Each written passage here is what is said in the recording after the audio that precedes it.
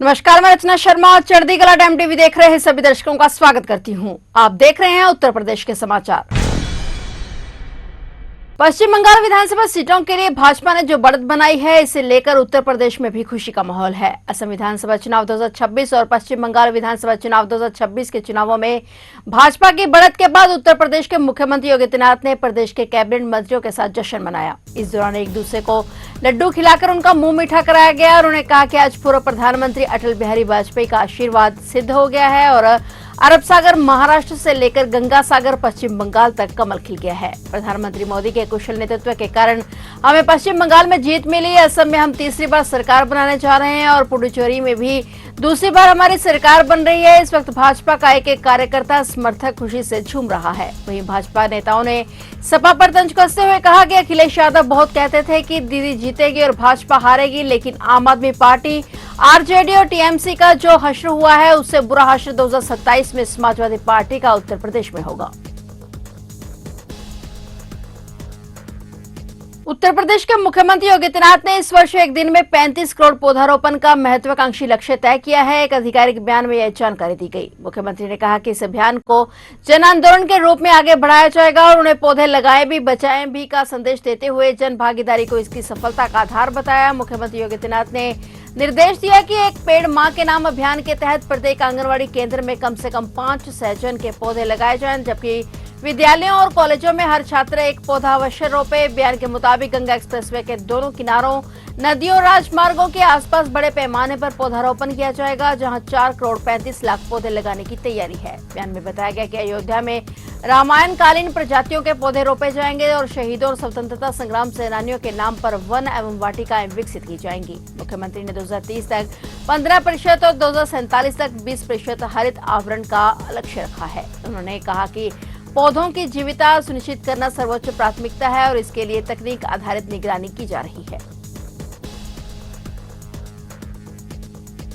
उत्तर प्रदेश के विद्युत उपभोक्ताओं को स्मार्ट प्रीपेड मीटर से आ रही तकनीकी दिक्कतों से निजात दिलाने के लिए सरकार ने एक बड़ा और राहत भरा फैसला लिया है। अब राज्य के सभी स्मार्ट मीटर सामान्य पोस्टपेड मीटर की तरह कार्य करेंगे। ऊर्जा मंत्री ए.के. शर्मा ने विभागीय उच्च अधिकारियों के साथ हुई एक महत्वपूर्ण बैठक में प्रीपेड व्यवस्था को तत्काल प्रभाव से समाप्त करने के निर्देश दिए। विद्युत उपभोक्ताओं की ओर से लगातार ये शिकायतें मिल रही थी कि स्मार्ट प्रीपेड मीटर में रिचार्ज खत्म होने पर बिजली अचानक गुल हो जाती थी और सर्वर की दिक्कतों के कारण रिचार्ज के बावजूद बिजली बहाल होने में काफी समय लगता था। इन तकनीकी बाधाओं और जनता की परेशानियों को ध्यान में रखते हुए ऊर्जा मंत्री ने स्मार्ट मीटरों को पोस्टपेड मोड पर चलाने का निर्णय लिया है। नए आदेश के बाद उपभोक्ताओं का पहले से रिचार्ज कराने की बाध्यता नहीं होगी। अब सामान्य मीटरों की तरह ही महीने भर बिजली इस्तेमाल करने के बाद बिल जारी किया जाएगा, जिसे उपभोक्ता निर्धारित समय सीमा के भीतर जमा कर सकेंगे। ऊर्जा मंत्री ए.के. शर्मा ने स्पष्ट किया कि सरकार का मुख्य उद्देश्य उपभोक्ताओं को निर्बाध बिजली आपूर्ति सुनिश्चित करना है और उनकी समस्याओं को कम करना है।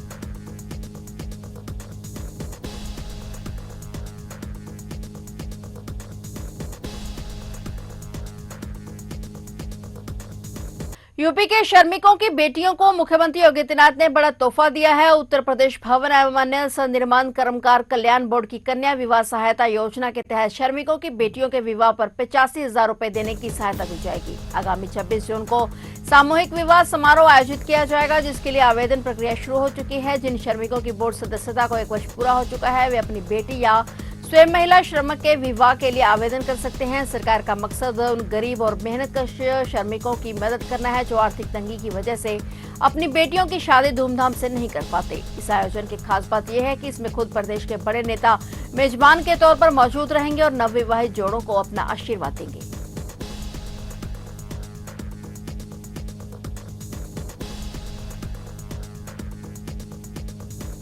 यूपी में खेतों में लगने वाले बिजली टावरों पर सरकार ने मिलने वाले मुआवजे की राशि को बढ़ा दिया है। प्रदेश में खेत के बीच लगने वाले बिजली टावरों का दोगुना मुआवजा मिला जाएगा और यह मुआवजा अब ऊर्जा मंत्रालय के नए नियमों के तहत दिया जाएगा और टावर के नीचे आई जमीन के साथ ही अब आसमान ली गई जमीन का भी मुआवजा मिलेगा और इस आशय के प्रस्ताव को मंजूरी मिल गई है। इससे किसानों को फायदा मिलेगा। अब टावर खंबे के नीचे आने वाली जमीन पर किसानों को 200% यानी जमीन की कीमत का दोगुना मुआवजा मिलेगा। इसके साथ ही जिन खेतों के ऊपर से बिजली की लाइनें गुजरती हैं, वहां जमीन की कीमत का 30% मुआवजा दिया जाएगा।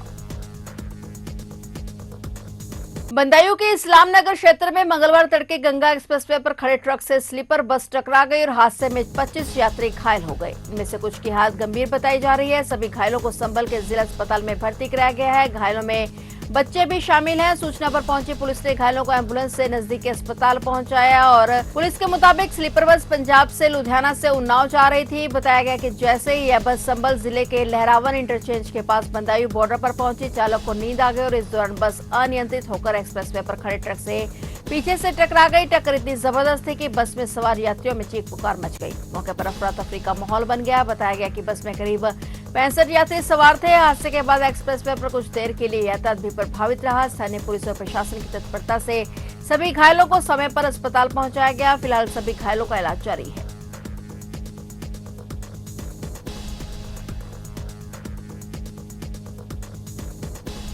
बरेली के शाही थाना पुलिस ने मुखबिर की सूचना पर बड़ी कार्रवाई करते हुए 4 स्मैक तस्करों को गिरफ्तार किया है। उनके पास से 1 किलो 113 ग्राम स्मैक बरामद की गई है, जिसकी अंतर्राष्ट्रीय बाजार में कीमत 2 करोड़ रुपए से अधिक आंकी गई है और इसके साथ ही नकदी और अन्य सामान भी जब्त किया गया है। सभी आरोपियों को कोर्ट में पेश कर जेल भेज दिया गया है। थानाध्यक्ष शाही देवेंद्र कुमार बिश्नोई ने बताया कि यह कार्रवाई बीती रात दौली जवाहरलाल मार्ग पर तुस्सापट्टी तिराहे के पास वाहन चेकिंग के दौरान हुई और पुलिस टीम ने धोरा टांडा की ओर से आ रही एक कार को रोकने का प्रयास किया, लेकिन उसमें सवार युवकों ने भागने की कोशिश की। पुलिस ने घेराबंदी कर कार को रोका और चारों युवकों को हिरासत में ले लिया। पुलिस जांच में सामने आया कि आरोपियों पर पहले से मामले दर्ज हैं। पुलिस का कहना है कि इस गिरोह से जुड़े अन्य लोगों की तलाश भी की जा रही है और जल्द इस मामले में और खुलासे होने की संभावना है। थाना शाही पुलिस द्वारा 4 अभियुक्तों को गिरफ्तार किया गया है, जिनके नाम शान, मुनासिफ, नासिफ और शराफत है। इनके पास से 1 किलो 113 ग्राम स्मैक बरामद हुई, जिसकी अंतर्राष्ट्रीय लागत करीब 2 करोड़ रुपए है। इसके अतिरिक्त इनके पास से 3 किलो बेंटोनाइट पाउडर, 1.5 लाख रुपए कैश, एक नोट गिनने की मशीन, एक स्विफ्ट गाड़ी जो इनके द्वारा अपराध में प्रयुक्त की जा रही थी, भी बरामद किया गया और 5 मोबाइल फोन भी बरामद किए गए हैं। इनमें से 3 अभियुक्तों का पूर्व एनडीपीएस का आपराधिक इतिहास भी है। इनके द्वारा जितनी भी अवैध संपत्ति है जो अवैध मादक पदार्थों की तस्करी से अर्जित की गई है, उसके संबंध में भी जानकारी कर अग्रिम विधिक कार्रवाई कराई जाएगी।